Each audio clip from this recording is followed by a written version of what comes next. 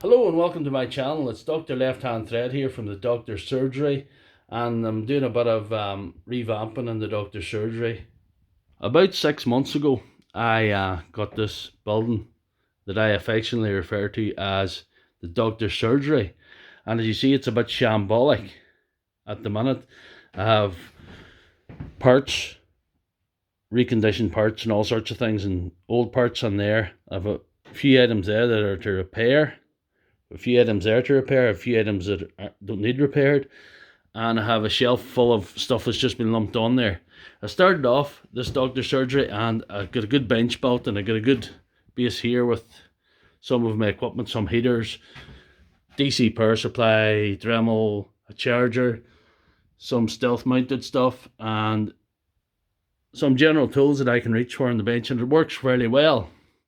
But it's got all a bit shambolic this last 6 months. And to remedy that, I went on Amazon and bought some cheap racking. This is called Vaughan House, and it's about $39.99 I paid for it. I didn't want to invest too heavily early on in this project, but things are going well in the channel and in the repairs, so I thought I would just start to invest gently, because you never know how these things are going to bear fruit. This is a very cheaply, like it's light. This is only the frame. I have to put the wood on it yet, but it's basically a no tool assembly.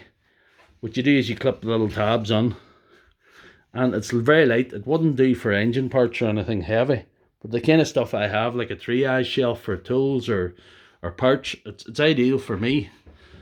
So hopefully I'll put a link in the description to see, and I might buy some more of this for myself. So if you like this video, please give it a thumbs up and check out my channel for more videos.